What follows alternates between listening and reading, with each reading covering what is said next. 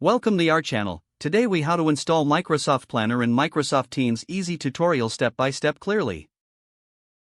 To install Microsoft Planner in Microsoft Teams, start by opening the Microsoft Teams application on your device. Next, navigate to the team where you want to add Planner. Locate the plus icon at the top of your Teams channel. Click on the plus icon to open the tab gallery. In the search bar, type Planner or scroll down until you find the Planner option. Select Planner from the list of available applications. You will be prompted to create a new plan or use an existing one. If you want to create a new plan, choose Create a New Plan.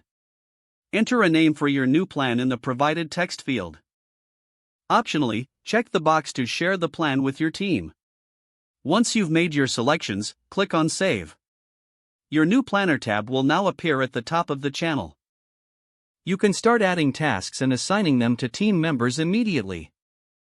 To manage your tasks, simply click on the Planner tab whenever you need to update or review your project's progress.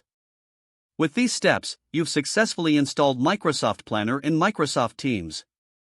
If the page does not load, refresh the browser or try again in a private or incognito window.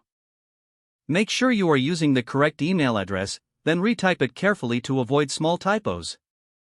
If your password is not accepted, use the reset option and create a new strong password you can remember. Check your spam folder for verification or security emails, then complete any requested confirmation steps. Enable two-factor authentication if available to improve account security and reduce unauthorized access risk. After signing in, review your profile details so your contact information and settings are accurate and current. If you see an error message, note it down and try again after restarting your device and internet connection. Log out when you finish, especially on shared devices, to keep your account and payment information secure.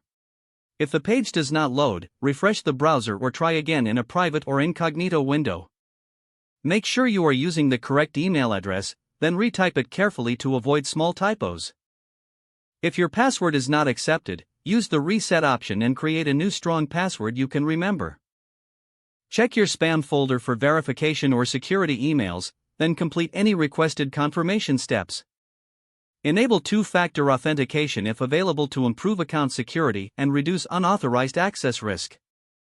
After signing in, review your profile details so your contact information and settings are accurate and current. If you see an error message, note it down and try again after restarting your device and internet connection. Log out when you finish, especially on shared devices, to keep your account and payment information secure. Don't forget to like this video and subscribe to our channel for more step-by-step tech guides.